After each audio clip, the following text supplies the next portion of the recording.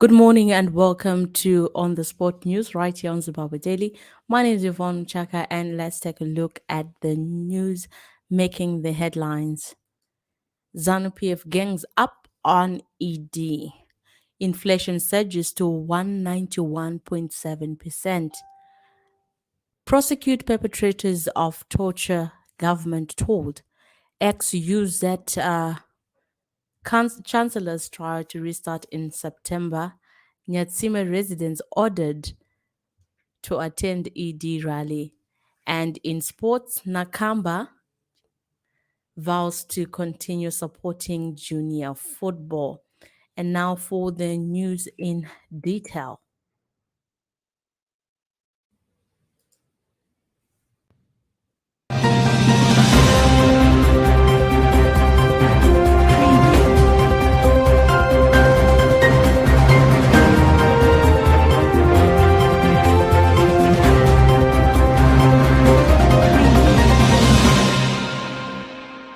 And now for the news in detail. Zimbabwe's worsening economic situation has reportedly ratcheted pressure on President Mnangagwa from within his ruling ZANU-PF party to find quick solutions as the country heads into the election season.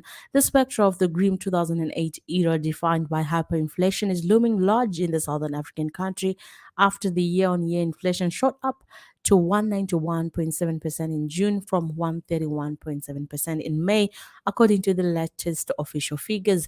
Price increases have become a daily occurrence, leaving desperate workers unable to cope as wages and salaries fail to keep pace.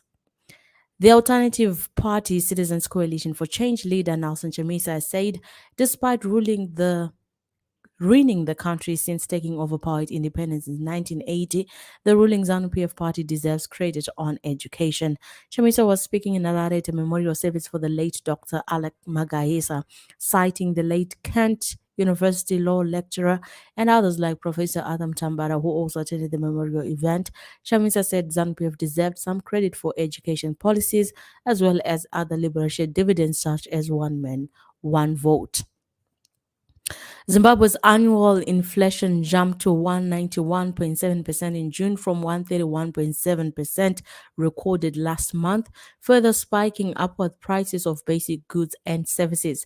The 60% point movement comes on the back of yet another fuel price hike of $1.88 from $1.76 for diesel and $1.77 from $1.73 for petrol.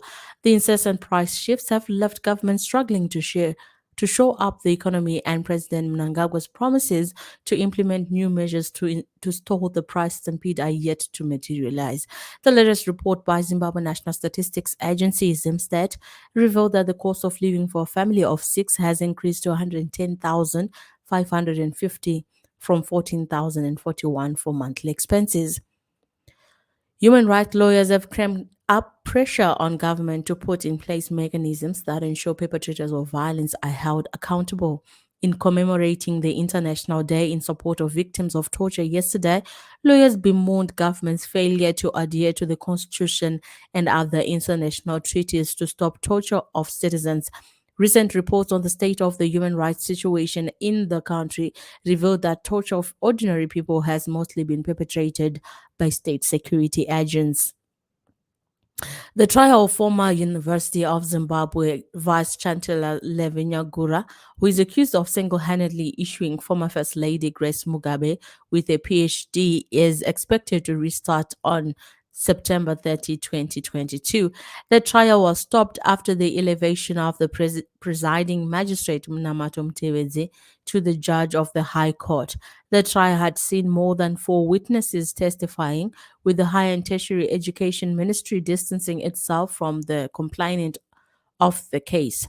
Nyagura could escape the charges after some of the witnesses passed on, such as Claude Mararike, while Tichaende Pimasa is now farming in Nyanga after retiring from UZ, where he was a dean as well as lecturer.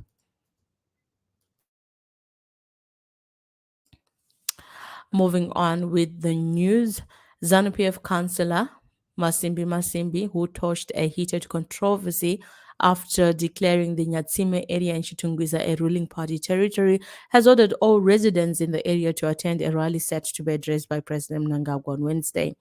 Masimbi made headlines 2 weeks ago when he banned Citizens Coalition for Change, Triple C activists from mourning their murdered colleague Mo Blessing Ali while wearing Triple C party regalia, claiming that the Nyatime area was a ZANU-PF territory. The area was later turned into a battlefield as Triple C and ZANU-PF supporters clashed. Meanwhile, two ZANU-PF officials in Nyatsime died over the weekend in a case that citizens are calling avenging by More Blessing Ali. Now we move on to entertainment news. Government's recent lifting of the COVID 19 midnight curfew lockdown has helped to fully reignite the showbiz spark. The World Health Organization has also reported a 90% global decline in COVID 19 cases. COVID 19 induced lockdowns that financially squeezed artists who are now breathing a sigh of relief. Undoubtedly, it is back to business for almost all artists, promoters, and venue owners. In the latest development, the country's top galleries, the National Gallery of Zimbabwe in Harare and Bulawayo, have reintroduced the first Friday, a music, poetry, and storytelling show, and Friday late night ZW event. And we turn over to sport news. Warriors midfielder Marvelous Nakamba says he will continue to support grassroots football developments in the country through his foundation following the success of the inaugural Marvelous Nakamba Foundation National Under 17 in Lawayo on Sunday. Mutare based Majesa Academy were crowned the inaugural winners of the 2-day youth football competition, which was held at White City Stadium. Majesa beat Highlanders 2-1 in an exciting final that was played before an appreciative crowd that braved the chilly weather to witness some of the finest youth players in action. 8 teams: Dynamos, Ajax, Hotspurs, Chicken Inn, Wange, Dynamo, Njube Sundowns, Alban, Highlanders, and Champions Majesa took part in the tourney. And now for the stories making the headlines once again. ZANU-PF gangs up on ED. Inflation surges to 191.7%. Prosecute perpetrators of torture, government told. Ex-UZ Chancellor's trial to restart in September. Nyatsima residents ordered to attend ED rally, and Nakamba vows to continue supporting junior football. Thank you so much for tuning in to Zimbabwe Daily. Do tune in again tomorrow, same time, as we bring you news on the sport. My name is Yvonne Muchaka. Have yourselves a wonderful rest of the day. Bye bye for now.